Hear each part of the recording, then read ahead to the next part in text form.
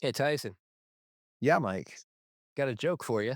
Oh, God, not this shit again. What, Mike? Oh, just trust me. Okay. Anyway, what do you call a man with no arms and no legs laying on a porch? What? Matt. Hey guys, I'm here. Oh, Oh hi, shit. Matt. We have a Hey. guest.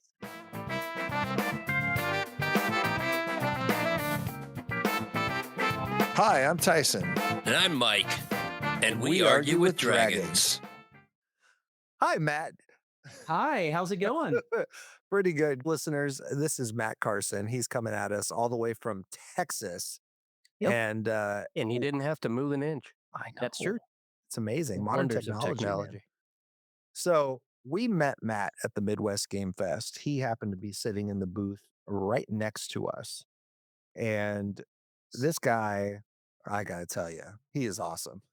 And he definitely made the festival for us just like we did for him, just keeping each Absolutely. other company. We had a lot of downtime, if you can imagine. This was a conference where folks disappeared to the gaming tables for hours on end, and you just kind of wait for the people to pass your booth by.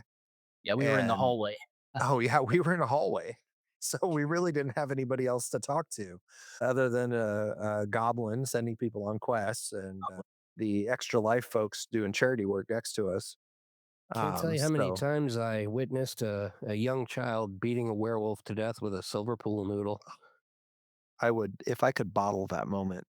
I kind of did, but it's in a place that you can't reach it. Oh, man. All right. So, Matt, since Midwest Game Fest, what have you been up to? Well, I was at Midwest Game Fest to promote some of my games, like the Artificer's Guide to Magic Items, which I believe I mentioned before, and then also Axis Point.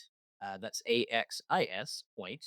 That's the first book in my new military science fiction series that I'm launching called the Nightwolf Saga. And I had the nice banners, I had my author proofs, but then my copies did not come out on time, as Murphy's Law, had to get its digs in there.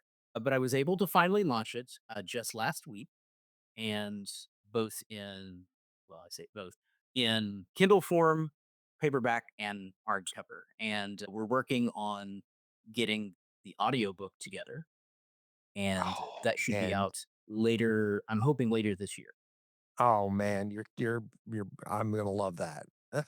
I'm a total audiobook nerd. Like, I can sit down and read a book, but it's difficult because I never have time. Right. Until it's laying in bed right before bed, and then I'm so tired, I'm like, my brain's mashed potatoes. And I happen to have that gene where I can read an entire page and not retain a single word of it and have to read it again. Yeah. So audiobooks are wonderful because I'm an auditory learner, and when I get in my car and drive to work, that 7 or 8-minute commute, I am, like, stoked on a book. Do you have any idea who might be narrating it? There's a voice actor that I know and I've known for a few years. I don't want to announce it here just yet. I want to make sure that we have all our ducks in a row. Oh, no But problem. he's very good, um, and will always be my first choice for my books. And so, Awesome. and Well, if he's listening to this, he knows who he is. So that's cool, that's cool. If you're listening out there, whoever you are, please write us in because I would love to talk to you too about voice acting and narrating, because I think Mike here would probably have, like, a hero gasm talking to you. I'm an aspiring voice actor myself, but I try not to get too starstruck. Last episode, Matt, I told Mike that he yeah, should try reading audiobooks. I think that would be his probably his niche, I think and so. I I think think he'd Mike be would be very great good for at that. it. Oh yeah. And what I know you wouldn't subscribe to is that the choice of audiobooks first would have been 50 Shades of Grey. As I felt the warm hands of Christian Grey Oh, dear. caressing me, Oh, I God, felt kill my me. inner goddess writhe with agonizing pleasure. See, Wow. I can't that unhear that. no, no, You're listen, welcome. I'm so sorry. Please send all your bills to Mike at Arguing the Right? Dragons. All my therapy bills. Hey, if you want your bills to go unpaid, you know who to send them to. All Nice. right. So, Axis Point. This is your book. I have a Hmm. copy upstairs. I posted about it. Yes, It thank you sucked for that. because yeah, you're welcome. The hardbound, I didn't see the hardbound copy yet when I went and ordered it. And I was like, man, there was a hardback. I would have got that too. Well, But part of it was, if you remember, there was a slight issue with the cover at oh Midwest yeah. Game Fest. We were able to fix that, but in the way that Amazon kind of locks you out a few days ahead of time, where you can't make any changes, it pushed the release of the hardcover back by 2 days. So the paperback and the Kindle version came out on the 12th, but the hardcover came out on the 14th. They're all out now. So the only one to complete the set will be the audiobook coming later. So Gotcha. Gotcha. That'll be awesome. I yeah. can't wait for that. Yes, So indeed. tell us for the listeners out there who maybe didn't Yes. listen to your interview, what's the Okay. elevator pitch for your book? Okay. So Axis Point, it's military science fiction. The main character is not human. His name is Carabas Darbal. He is a wolf-like alien, and he is serving in a predominantly human military. Most people might have heard of his race, which is called the Leucosians, but they've probably never seen one up close. And so his their culture, their race is in some ways very similar to humanity. So it's enough to where he is accessible emotionally to the audience, but he is different enough from human to give a different perspective. And he gets called on a secret mission for three reasons, three being the number of the counting. The first reason is because he is an engineer and the secret mission will require true engineering skill. Second reason is because he hasn't been at the front of this conflict long enough for the intelligence gathering apparatus of the opposition to have really know that he's there. He's not on anybody's radar as far as being an operative because he's not one. And third, he is resistant to human psychic phenomenon. The enemy does have psychics and they are screening everybody who's coming through, and that's how they're catching the spies. So he's No. got kind of this trifecta that allows him to go. Now, he is not a field operative. He's not a special ops guy. He is just an engineer. This would be like if you took Scotty and put him on SEAL Team 6. It's like Scotty can throw a punch. He can lift a claymore, but he's probably not used to kicking down doors and that kind of thing, right? So, but what I hope we are able to glean from this is that through the course of this, he makes a lot of mistakes because he's not a trained operative, but he does have the instincts for that kind of work. And that's something that as the series goes on, we'll see that he does more and more of that type of thing. So, Oh, that's awesome. That's yeah. awesome. Yeah, So I like the sound of it. you've got a whole series planned. Yes. So let me ask this. How Uh, much uh, of the series is actually written? so, okay.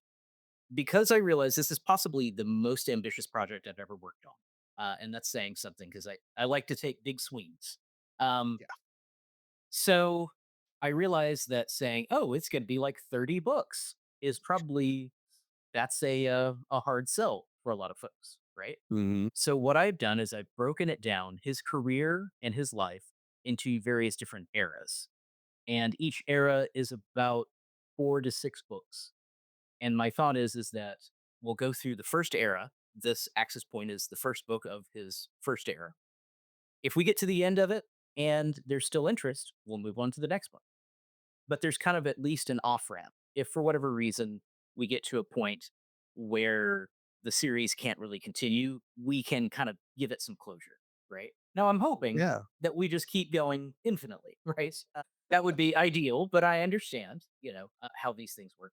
So, to answer your question, I have Access Point. I actually have the last book of this era written. And so I'm able to connect the dots between it. So there'll probably be about 4 books, as well as potentially a book of short stories, like an anthology, between this book and the last one of the era. And that's what I want to complete first, and then see what interest we have to make sure that we have the readership to support it, and then move on to what would effectively be his privateer era, which is where I first envisioned the character. When I came up with him, he was already at that point in his life. So, Gotcha. Melissa Benson, the artist who did some of the early Magic the Gathering cards, She did a portrait of Dorval in his privateer era that's on her website, Ranting Centaur.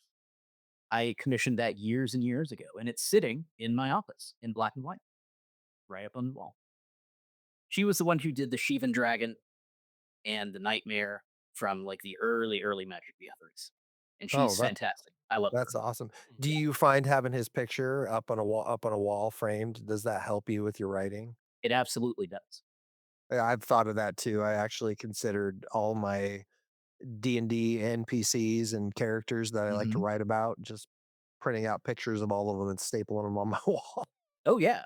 It's that great visual. It's like if you're really trying to think about how they would do something, you know, Yeah, or how they would say something, that it's good to just look over and just kind of take that in. Be like, okay, what words are coming out of, that picture?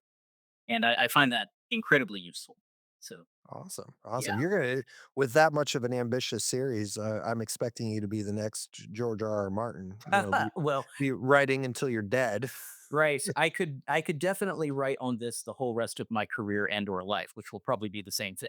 Like it's Well, unlike George R. R. Martin, let's hope that by the time your books make it to the big screen, that you're not still halfway through the final book. right. Well, at God. least at least, like I said, there are eras. So if they're like, oh, we want to do something with this missions era. Well, that's great. Well, I'm still working on, this other one. Well, make your show about that. Kind of like The Expanse. It's like they did that first era, right? And then I've Mhm. heard that they might be bringing The Expanse back for some of the later books, which take place a few years later. I would love that. Big fan of The Expanse.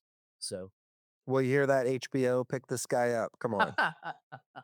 We gotta see an I'll be actual waiting for TV their call. series. So, give us a window into your prose. I Okay. before we sat down, I had you pick out a few passages that you might wanna read. Yes. Okay. So, let's read that first one. Okay. Fair enough. So let me set the scene a little bit. So I've talked about Derval. There is another character who will be a very big reoccurring character. Her name is Belinda Opsa. She is a Marine who specializes in power armor. And so we have kind of Darval, who will wind up being kind of the starship commander, tactical guy. And then we have Absa, who is the tip of the spear. And they work very well together. But they're just meeting in this book. And that's one of the central relationships that I think people will find compelling. So to set the scene, Darval is in his engine room. She comes to get him to take him to a mission briefing. So that's where I'll start. Okay. Okay. Avsa stepped into the lift and placed her hand on the security plate. Avsa, Belinda, Corporal, she said in an almost musical cadence. Deck 4. The yellow field beneath her palm turned a friendly shade of green. She stepped away for Dorval to do the same. Visitors to the ship's hallowed halls were sometimes given access on a minute by minute basis. Here was an enlisted Marine who had instant access without calling into security ahead of time. Curious. Dorval placed his hand on the plate and wished for the best. The thick pads on his palms were not always cooperative in this sense. Dorval, Kervis, sub-lieutenant.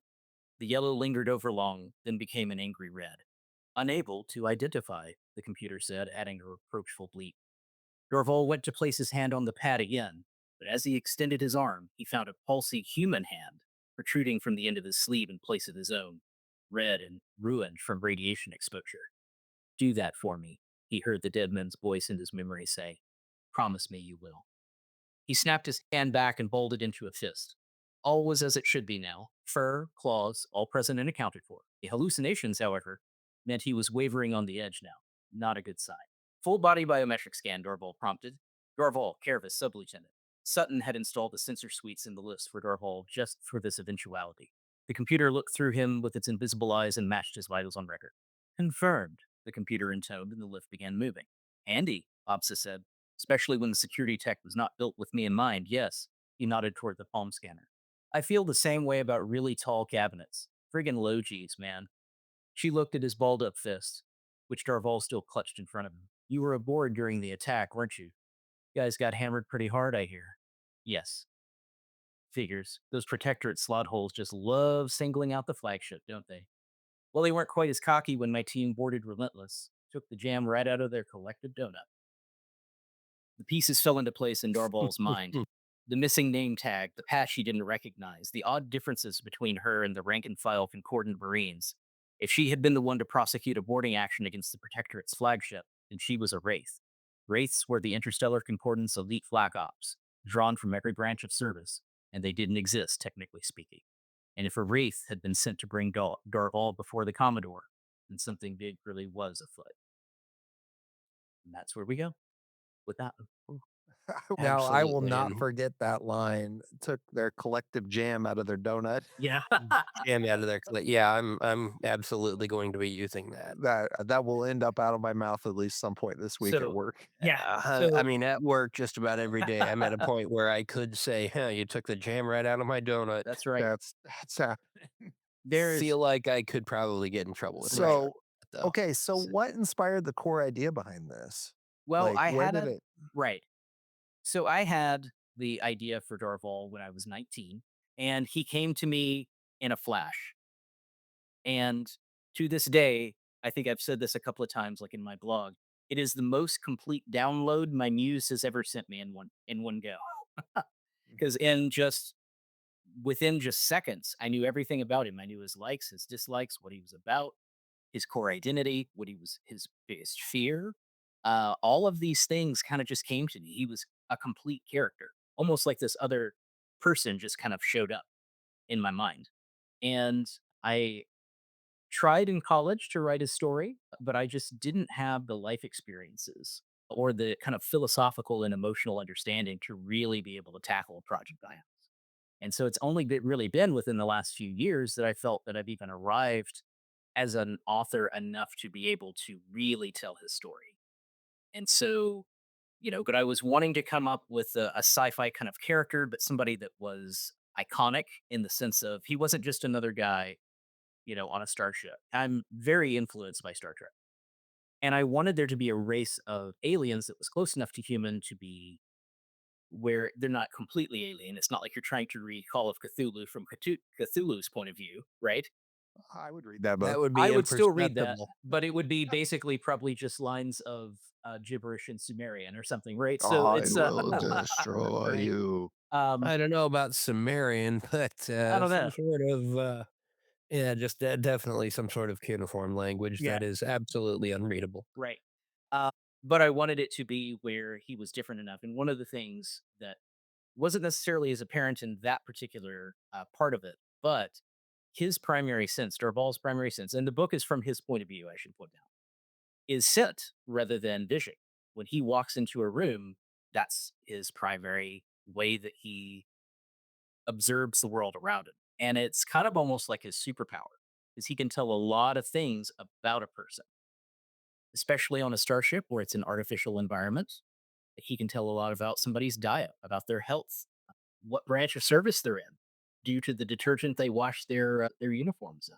So he could also tell when you've been around other people that he knows. I mentioned in the first chapter that there's more than 60 people, like engineers and technicians, that are under his command on the starship, and he knows them all by scent. So, so if somebody walks up behind him, he can probably know who it is before he turns around to see them. Man, So, Mike, I'm glad this character is not real because you'd probably kill him. Yeah. Only on Uh, taco night. so which character in your book was the hardest to write? Was it him or was it one of the other characters? no, the hardest to write was actually the main antagonist rather of the Okay. book, the guy named Zane Elium, and he is this transhumanist cyborg that is deeply philosophical, and he is not a good person at all. He is the main villain, and for a reason. But at the same time, he's also kind of a teacher, and he starts kind of teaching Dorval about the nature of instinct and survival and things like that. And what was difficult about it was I needed him to be crazy without being too crazy. But Relatable. I needed him to be somewhat relatable, although he is a guy that is trying to modify himself both through cybernetics, genetic and manipulation, DNA splicing, all these things to make himself more powerful. And he doesn't really care too much about how he does it. But I also wanted it to be where there are moments where he makes an odd sort of sense. And so I would say he was probably the hardest one. By that point, when I was writing the book, I knew Darval enough to kind of be able to understand what he would do in various given circumstances. But Zane was another one that I was just like, okay, how does he react in this situation? What does he say? Because he's also supposed to be very dramatic. He has this sense of drama to him that he brings to various scenes. So yeah, so I would say it's the antagonist. Yeah, I've often heard that in writing that sometimes the villain is the hardest to write. Well, and so my philosophy, and it didn't really start with this one because, like I said, I already had the idea for Derval. But as I have started writing other books, I tend to start with the villain because the villain will actually set the scope for the protagonist. I'm a big fan of trying to write villains as though they feel that they are the hero of their own story and act accordingly. I think the most compelling villains are written that way. I So, agree. I yeah. totally agree with that. And I mean, I'm not an author at all. I just like to scribble on paper every now and then. But for sure, for sure. Oh, I mm, find the prospect of finding a way to make a villain relatable to the reader as maybe he's got a point as rather interesting. Like, look at all the people that sympathize with Thanos, for instance. Right. I Like, couldn't sympathize with him at all. I thought oh, he was well, kind that's of a because you're short sighted. You're not looking at the bigger picture, Well, perfectly balanced, like all things should be. Bah, bah, bah, bah, the bah. interesting thing to me about Thanos, while we're on the subject, in Infinity Oh, War, if you look at it, Thanos is on his hero's journey. In fact, almost point for point, every other character in that movie is there on how they intersect with him. It's really Thanos' story. yeah. And so that's the when you kind of crack the code on that, the movie makes a lot more sense. And it didn't really upset me that his plan made no sense because he's called the Mad Titan, right? So what was the most important to me is that he believed that it was true. Everybody else was, oh, that's crazy, that's not going to work. But in his mind, he was doing what was right and what he thought needed to be done. And that I think absolutely. is what makes him a compelling villain for the fact Yeah. that he is on his own journey. He would see Captain America and Iron Man as the antagonists to his journey. Hmm. And I actually have a couple of posts on my blog, sectorm.blog, that talk about why I think that villains are so critical to the story. You can have a good story with a fairly weak sauce villain, and some Marvel movies have had that, right? But the best Name stories, more. well, actually, the one I actually really liked the first Ant-Man, but I thought that Darren Cross was one of the weakest villains that Marvel had ever put out. Um, Absolutely. And then he became even weaker by becoming even Mr. Modoc. being Modoc, yeah. Um, Marvel had a tendency that the first villain their heroes would always fight were just a shadow version of themselves. right, And I'm like, can't you be more original? right. But it was still, I thought, an entertaining movie. I really like the character of Ant-Man. He's Oh yeah, an original hilarious. Avenger, and from the comics. And but if you look at the movies that have a really compelling villain, those stories are almost always good, right? And Oh, so Oh, for now I sure. actually kind of have to do it the other way, where with this one I had Dorval to start with and had to create Zane. If I was doing this all over again, I would probably create Zane first and then create Dorval second. Hmm. So, but that's not how this one turned out. Yeah, there you go. And So just speak a final addendum here. I'm just really glad they didn't include the Thanos copter in the movies. It's too bad, really. You know, Little think of yellow the toys helicopter they with could the have word sold. Thanos across it. Just Think of right? the toys they great. could have sold. I I know. mean, come Oh, on. yeah, I probably would have got So one. absolutely. Yeah. speaking of the direction, Yes. so when you write, Hmm. did you write this book with an idea of where A and B and C and D were going to connect, or did you just take it and then see where the characters go? Are you like a storyboard planner where you had everything laid out on a storyboard all the way through the end of the book, or did you just kind of say, okay, well they went here, what would happen next? So I have heard that referred to as planners versus pantsers. Yes, And there you pantsers go. are the ones who just fly by the seat of their pants. And that's really kind of a continuum. You have extreme planners and you have extreme pantsers, right? I'm trying to think of a good example of a planner, but they might spend months creating the super detailed outline of their book, even with little snippets of dialogue and everything. And it's like every scene is accounted for there. And then when it comes time, then they might spend even, more than a year putting that together. But then when it comes to actually writing it, they've got it all right in front of them. And they just go boom, boom, boom. What's the next scene? Okay, it's this, this, and this. Boom, boom, boom, boom. Right. Pantser is more like Stephen King. He's admitted in like his book on writing that he will just come up with these characters and throw them into a situation and almost kind of game it out from there. Right. So you've kind of got those two extremes. I You would know, fall somewhere in the middle, I would say. Go ahead. oh, I was gonna say, you mentioned on writing Stephen King, and you Hmm. talked about that with me at Midwest Game Yes. Fest. So I picked up the audiobook Yeah. read by him, and the I had a really hard time getting it started because Really. his story about his life Hmm. as a kid and how he went to the woods with his brother and wiped his ass with poison ivy. Right. At that point in time, I was like, okay, I'm done for now. I need a break. I get that. But when he shares those stories, it's interesting because it's like you can see in some of those stories the little seeds and kernels that wind up in Hmm. his books, Oh right? yeah, And and that's what's wonderful. I could feel his embarrassment. Mhm. Like I could feel it. I rarely get secondhand embarrassment. I DJ karaoke for years, but uh, I got secondhand embarrassment listening to him talk about his life. Yeah. Like, am I really hearing this right now? But anyway, so you do a little bit of both. So to go back to George R. R. Martin, he actually somebody had asked him this question, and he compared it to if he were going to drive from New York to LA, he might be able to tell you, okay, here are the major highways that I'm going to take on this journey. Here's where I'm going to be staying, the hotels. I'm going to try and drive from this city to this city, stay at this hotel overnight. And so you would know kind of in general broad strokes how that trip was going to go, right? But he might not necessarily know where is he going to stop off for lunch on a given day. Where does he need to get gas Really from? Cracker Barrel. Right? Maybe. I mean, looking at Um, him, totally believable. but hey, Cracker Barrel's a staple of Texas, so It most it's really certainly good. is, and I'm not knocking it. It's Okay, delicious. it is. Nope, It best definitely is. grits I've ever had was at a Cracker Barrel. Okay. So, but he, wouldn't necessarily know those smaller details as he's going along. And that's tends to be kind of more or less what I do.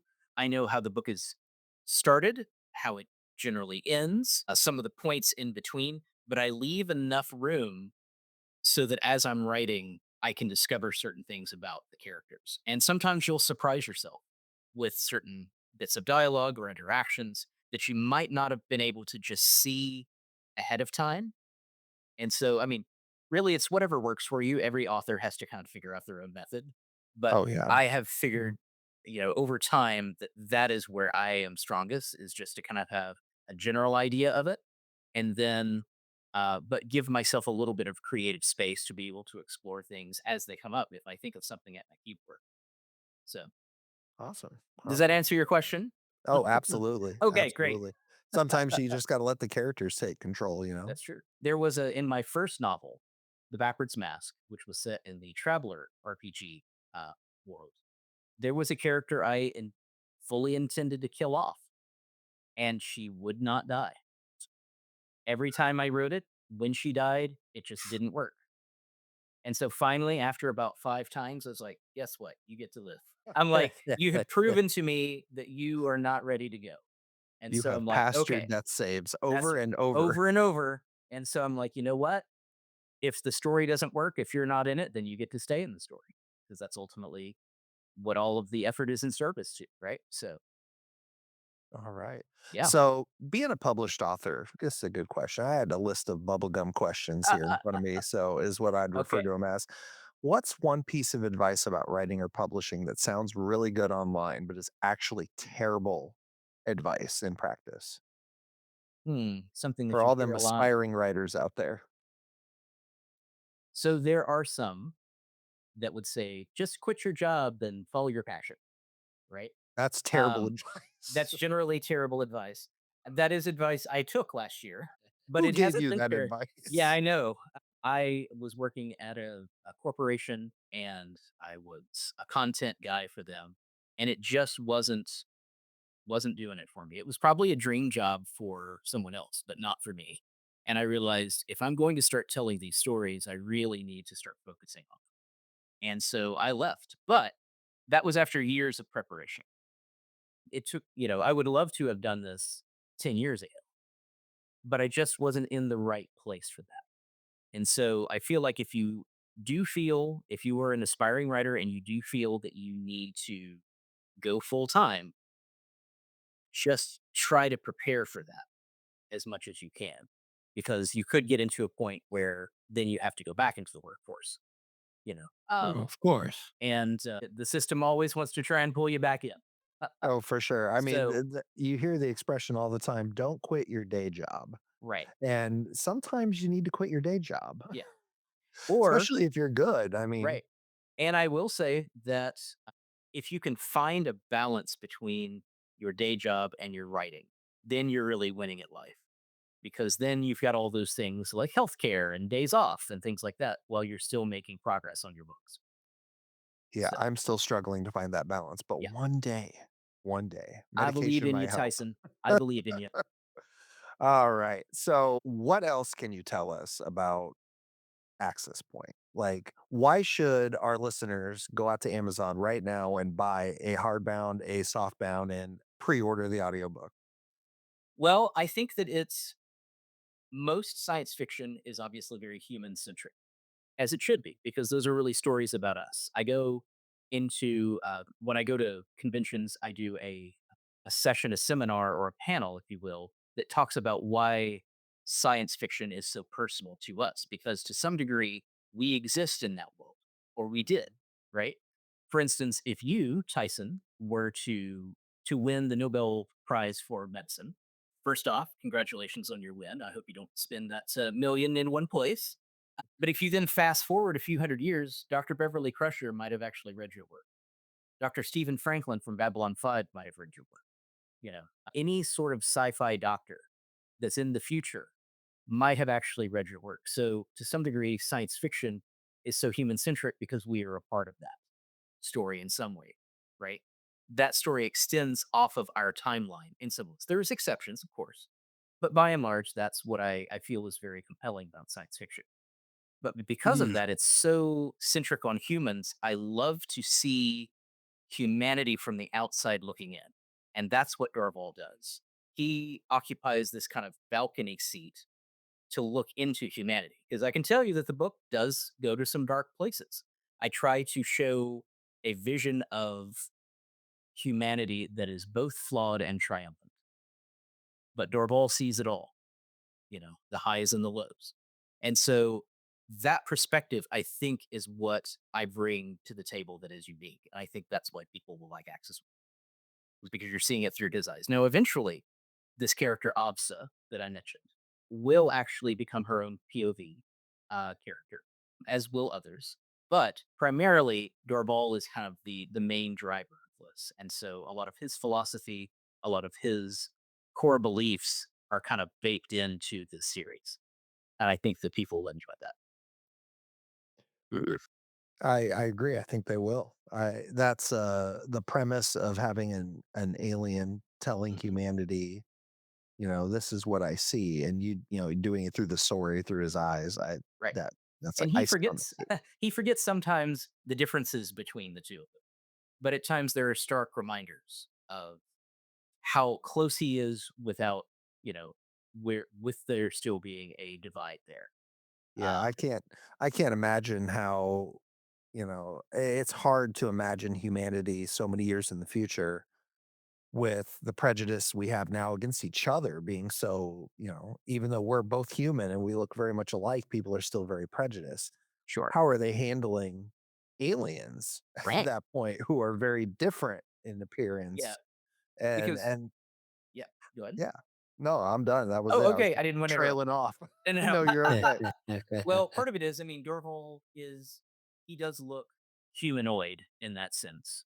He's got 2 arms, 2 legs, 2 eyes, those sort of things. But there God, are aliens I wish in humanity was that simple to be right. like, "Oh, he's got 2 arms and 2 Yeah, legs he's and 2 great. eyes. He's cool. He's Yeah, cool." he's cool in our book, but there are aliens in this world that are very different than humanity, that don't look anything like you. It's like life as we know it versus life as we don't, right? Mhm. And so, but kind of taking a page from Star Trek, I would like to believe that far into the future, there are some things we've let go. As Captain Picard once said, we've grown out of our infancy, right? Um, it's not quite the utopian view of humanity's future that Star Trek, generally gives off. There are still challenges. There's still lots of problems. There are still mega corporations, which to me, for my money, is one of the scariest sci-fi tropes that exists. Say nothing Yeah. of alien invasions and those types of things. There's like when mega corporations actually have whole sectors of space that they're accountable only to themselves, right? That to me is Yeah, scary. that's true horror right there. Yeah. And that's actually the bad guys in this book, the Protectorate, are exactly that. They were a mega corporation that broke off, settled in this one area of space, and became a star nation. But it's still with a mega corporation kind of operating system. So they're pretty scary. Yeah. So, was there a scene or a chapter or anything or even a moment in this book that almost broke you mentally to try to finish? There was a moment, and I don't want to give too many spoilers, but I Yeah. think people will know it when they read it. Um, that I had gotten to this point where there was about to be there's the place that Dorval goes in the book. There's all these different factions that are like it's like imagine high school, but where you sit at lunch could determine whether or not you get attacked. Like, that's how bad the clique and like faction system was in this area that he goes to. And I knew that there needed to be a scene where those factions collide because Darl starts to be kind of become the face of one of them. And I struggled with it, and it just wasn't working. And I asked my wife about it because she's my first reader. Anything that I do, she reads it, right off the bat, as hot off the presses as it comes. And she said, "Well, you know what? I'm about to head out and run some errands. Why don't you come with me?"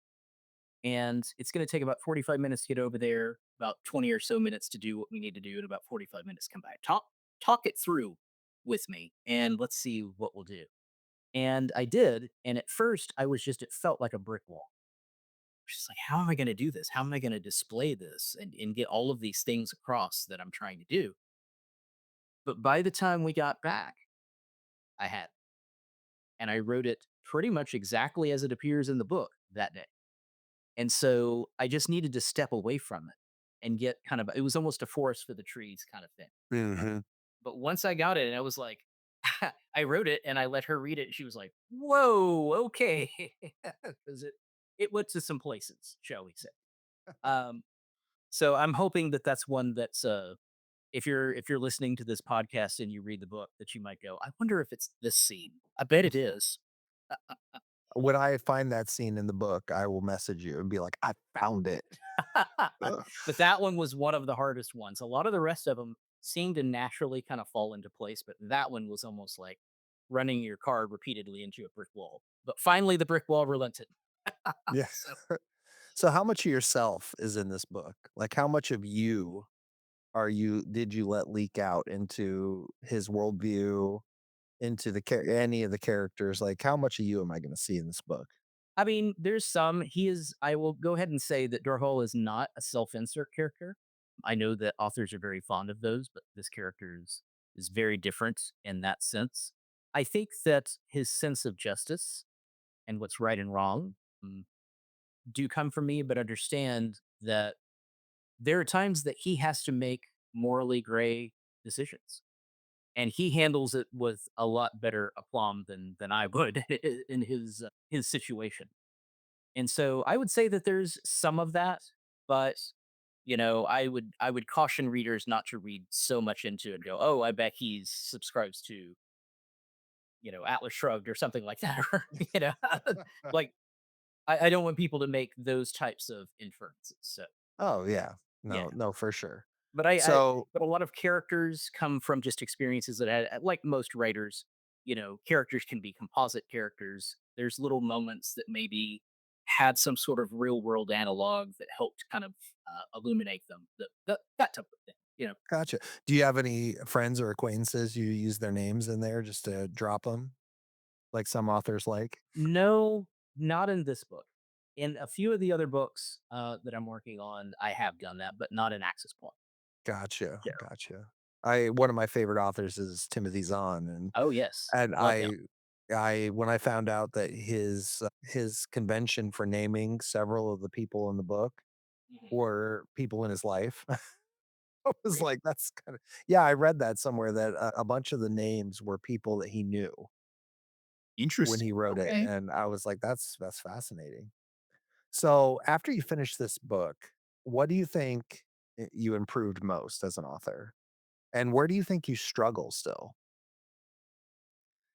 Where I improved, I think, was simply just trying to deepen the will, as it were, of like the characters and what they're about.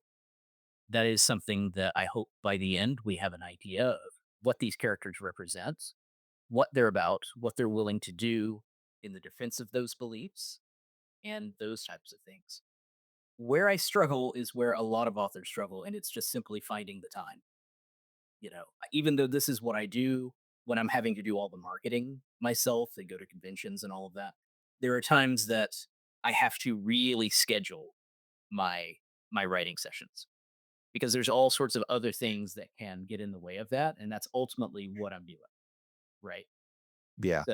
So that's something that, but that's a struggle that I think almost anyone who has created has Oh, content creation is very difficult. it's like you're out there trying to figure out how to get people to look at your content so much that you forget you actually gotta make good content. Right. Well, like for instance, I've got Access Point that is out now, and I'm trying to, you know, develop the readership for that and find people that I Mhm. think would like this type of story. I have a fantasy book that I'm working on that is in edits. And then I actually am drafting a cyberpunk trilogy.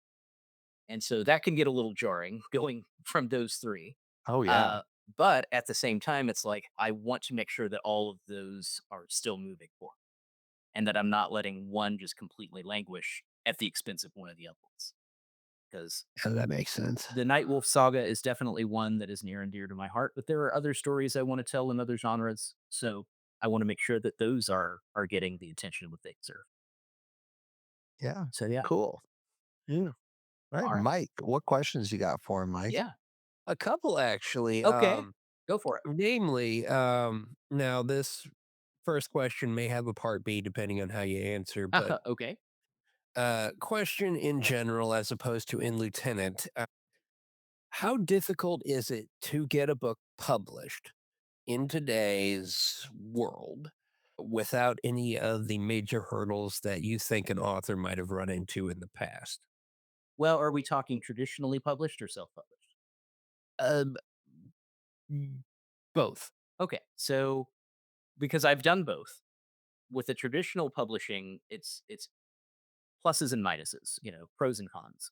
With Sure. that, the hardest part is really breaking in, getting an agent that will actually believe in you and your book can be very difficult. The process for that can take years. But if you're able to actually get it to a publisher, then there's a lot of resources they can bring to bear on that for you that you're not necessarily having to. You still have to go through edits, but you're not necessarily having to find the editor, if that makes sense. Right. Right. Um, and so things like finding designers to do your cover, setting up book tours, and those sorts of things. A lot of the marketing that goes behind it are things that you might not have to. You're still going to be involved in it, but you may not have to plan it. At Sure. least you will be involved with it and possibly even help leading the planning of it, depending on what the arrangement is there.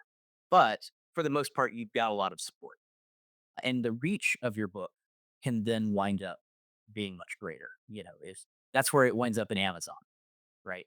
Rather than, or Right. excuse me, it winds up in Barnes and Noble rather than just on Amazon, right? Right. Um, and so, but the real difficulty there is just getting in. and that can be really difficult.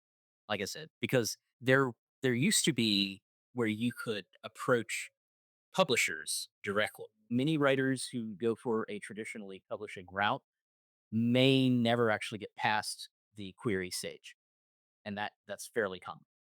Okay. It takes a lot of determination, and I will go ahead and say this now. Anyone who has had success with that, going that route, you have instant respect from me for doing that because it's very difficult. Being in the querying trenches is really difficult. It can be really demoralizing. And if you've managed to stick with it to get through that, then my hat's off to you. You get all those rejection letters and Yeah, you tape them to your wall. you can wallpaper your office with them. Now, on the other side of that, with self-publishing, there is a perception that anyone can do it, and to some degree, I suppose that's correct. I mean, if you have the right files, you can go to Amazon's KDP, upload it, and there you go. You have a book. But if you want to do it right, you need to find the right editor. You need to, and that's going to be one that you are going to need to front, the bill for. You need to find a designer. All of the marketing is really on you. The book's not really going to move unless you help move it. And that can Right. be very daunting, as well as, fairly expensive, at least to start off. And so that's something that, but you have a lot more creative control over it. And what I realized with Dorval, because I had tried for a while to get Dorval traditionally published, and I had some interest in it here and there. But ultimately, what I realized is that I want to maintain creative control of this series. And that's how I can do it. I want to be able to have the final say over what goes into the book and what doesn't. And Right. so that's where it was like there are other like the Cyberpunk trilogy that I mentioned a moment ago. I would still love to do that in a traditionally published thing, but it's kind of its own self-contained thing. It's not a huge series, it's just a trilogy.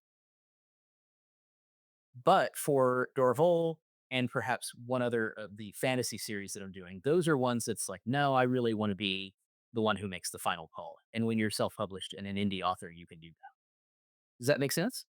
It does. It Okay. does. And well, to be perfectly and totally honest, you asking whether I meant self publishing or the Amazon route kind of quashed the need for part B of Part the B. question. All right. Now, other question I had, Sure. what would you say was the absolute 100% biggest support in your efforts as an author? Oh, that's got to be my wife, Miranda. There Um, you go. every day, this is a tough business, and I don't want anyone to think that it's always going to be a rose garden. It can be very rewarding when it clicks together, but it can be a tough road. It's not insurmountable. At times it may feel like it, but it isn't. And my wife has been my biggest supporter over the years on that. And there are times when I'm just like, how am I going to do this? And is always there to say, I know you will find a way and I will help you find that way if I can. So That's I would adorable. not be here at this point in my author career without her. So Mm. huge props. I Well, love big that. shout out to your wife, and I love hearing it. Yeah. Next time you come One to day I can say the Midwest same Game thing. Fest, you gotta bring her with you. I was hoping she could come to Midwest Game Fest, but it wasn't able to work out this time. But she will Next be with year, me at other conventions, so I'm she hoping that you can guys can she meet can her. hang out with my wife when Yeah, she comes. and Or she is more a likely Navy my wife. veteran too, so it's one of those that as I was going through this, she helped with her own experience as a veteran to help shape Oh, nice. some of the things that are in this book. Uh, so yeah, Yeah, it's difficult to write about military fantasy if you've never been in the military to know right, how it really works. right. Well, So and it's the military I created, so I get to kind of bend the rules when what I that's want to true. say. No, But I that's want true. it to feel like it is for those that are into a military sci-fi kind of aesthetic, that it feels familiar. I don't want to just be completely departing from that. So Mm. One final note here, and this yes, is of course. more just a flavor question than Okay, anything. flavor question. Okay. Yes, when you were creating the Lycosian race, Mhm. just how much did it occur to you that perhaps in their own tongue they would be called something else? So here's the part of this. They are actually called something else. The Oh. Lacosian title is actually something humans gave them. So there's actually two terms for them that you'll hear throughout the book. There's Lacosian, and that means the physical species of like Dorval, right? Sure. The cultural part of that is called the Finri, and that comes from the fact that they're from the hegemony of Fenris. But that is also something that humans gave them because when humans found, like, first encountered them, they said, "Well, they look like wolves." So a lot of their names kind of fell into that naming you mentioned. And Sure. also the name that they have for themselves, which is the Fenricar, sounded close enough to Fenris, and since there is the association with the Fenris wolf, that's how that name stuck. So a lot of those terms are ones. So, like, for instance, Lacosian is to human what Terran is to Finri, right? You could, in theory, have humans that are not Terran, right? Sure. Right. So you actually have in the book, and there will be other characters who are from the same place Darval is from, who are Finri but not Lacosian. Culturally, they are Finri, but physically they are something else. To some degree, Dorval grew up in the Finri culture, but came to the human part of space fairly early on. So to some degree, he's almost culturally human, but physically Kosian. So that's Ah. a dichotomy that I kind of play with. That he's almost the reverse of the boy raised by wolves. So The wolf raised by by men, humans, yeah, exactly. So Which not is just quite, a but dog. yes, exactly. Oh, all right. Well, Matt, where can our listeners find all of this goodies? Where can they So go online right now okay, to you can get go your book, to talk to Amazon. you, whatever? Right. On Amazon, it's Access Point under my writing name, Matt Carson, which is my actual name. So if you do that, I'm not writing under a nom de plume just yet. I'm glad you made that specific. Yep. And I will link the book Yes. on Amazon or on the podcast, folks. So if you go to the description, you'll see a link to it. Right. The other place you can go is the sector M, letter M.com. And that's my author website. And that will have links to everything. I would highly recommend anyone who is listening to this to also join my email newsletter. Comes out once a month, and that deals with everything I do, all my books, all my games, projects in the works, all of that kind of stuff. It all kind of funnels through there, and it tends to come out the last Friday of the month. So I try not to Awesome. spam anybody's inbox with stuff, but Yeah, I certainly know. at least once a month. I've been looking over your newsletter trying to figure out exactly how I should write my newsletter for the podcast because I've got a few people signed up and I have not sent anything out yet, and I feel very Yeah. bad about that. Not gonna lie, I'm looking at the website right now, and it kinda makes me wanna go to space. Well, great, Yeah, the site is awesome. We actually had it pulled up and checked it out before we got you on, just excellent, to yeah. snoop around. Because if you Google search Matt Carson author, it's like the first link. It's Oh right well, there. that's great. Well, there are a couple of other Matthew Carsons out there who are writers, and so that's why Matthews. yeah. So that's why I shortened it to Matt. But yes, I have a wonderful web designer named Casey who is amazing, and he's the one who put that site together. So I'm Awesome. really happy it how it came out. All right. Absolutely. So the Well, book is Access Point, a right? night novel. Hmm. It is by our good friend Matt. And one of these days, I'm going to twist Matt's arm enough to get him into my D&D game. I'm so happy that you came on. I Well, me am. too. I do have one other excerpt if we want to kind of maybe end with that. Oh, absolutely. Let's hear Oh, it. for sure, let's get that. Well, here we go. So this is later after the first excerpt, after the mission briefing, where Dorval understands what he's about to go and do. And he realizes pretty much that he is not up to the task of what they're asking him.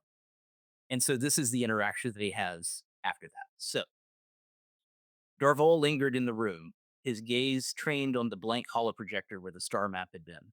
His duty as an officer warred with a sudden surge of his own inadequacies. He was no field agent, no Agent Argus from the Holovitz, no Morgan Montgomery, the ace of stars, to taunt the enemy as he stole the villain's love interest while sipping champagne. He certainly wasn't one of the battle hardened wraiths. He would go, there was no doubt about it, but he would be far out of his element. He would do his duty no matter what it cost him. So what's with the uniform? Absa asked, bringing him out of his reverie. He turned to face her. What? The dress uniform, she said, pointing at his pristine lines. Yeah, most people don't dress to the nines for a simple overview like this, yet you chose to wear your saber to it. What's the deal? Dorval idly thumbed the leather frog connecting the scabbard to his belt. This might be the last time I wear either of them, he answered. She nodded slowly. Dorval thought she understood, perhaps better than he did. May I speak frankly? Always and forever, he replied. What's on your mind, Corporal? You, she said. You've already checked out, or you're in the process of it. You're already imagining the flag that lowers onto your coffin before they commit your body to the boundless suck, or lower it into some hole, or whatever the Finry do.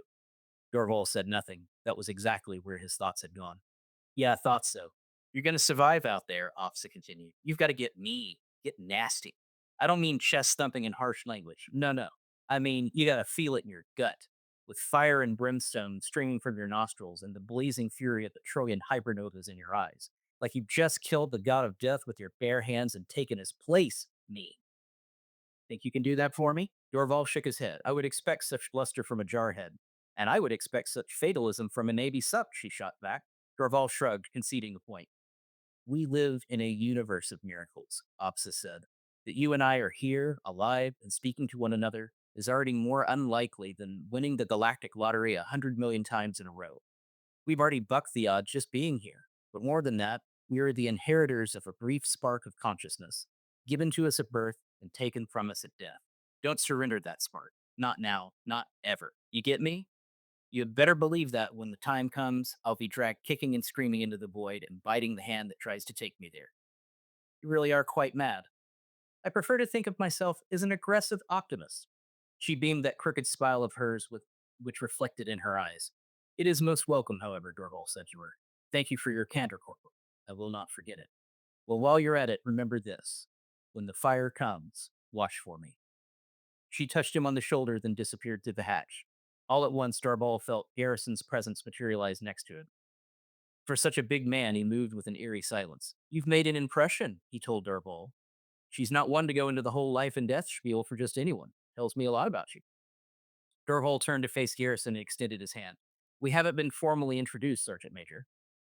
Uh, no, we haven't. Garrison took it. Your reputation precedes you. I bet, Garrison replied, looking at Dorval critically. I read your service record before our meeting yesterday. Your lack of field training outside of the academy basics would normally bar you from an operation of this kind. I am aware of my deficiencies in the matter, Sergeant Major, Dorval said. Good. That's an ideal place to start. Garrison replied, if you don't know what is lacking, how can you begin to know what is required? Dorval felt an odd fusion of both Sun Tzu and Socrates in those words. He gave a mental bow to the Marine. Perhaps he really was the man they said he was. Nosce te ipsum, then, Dorval said, for the Latin, know thyself. But always, officium meum faciam, I will do my duty. Garrison's face looked as though it were hewn from smooth stone, but a trace of approval glimmered in his eyes. Publius Terentius Afer, he said, naming the playwright Dorval had quoted. I see why she chose you. It's decided then, tonight. Gone fishing. 1800. Don't be late. I will have started a tab by then, and you're paying. Dorval. Before Dorval could answer, Garrison had left the room. Dorval stood reeling. Power crystals and secret missions were strange enough, but now the most dangerous man in the Concordant had just invited him to go drinking. And there we go. I love it. I love it. Yeah. All right, Oddly folks. human with the interactions. I just love how they, like, I can feel the chemistry between the three of those characters just without even reading the book. Right. Well, and Dorval tends to be very official in the way that he speaks and very formal. And Avsa is exactly the opposite, if you could, as you can see. I love it. I like So that that's why they dynamic. make such a good pair. Yeah. All right, folks. The book is Access Point, and pick it up. Go buy it right now. Right now. Let's blow this guy's wallet clean out so that he can spend all of his time writing more awesome books. All I right, would appreciate folks. that. All right, Matt. Thanks for joining us. I Well, appreciate it. thanks for Thanks having me very on. much It's for being always here. great to hear from you guys. Absolutely. And we hope to have you on again at some point soon. Absolutely. All right. Thanks a lot.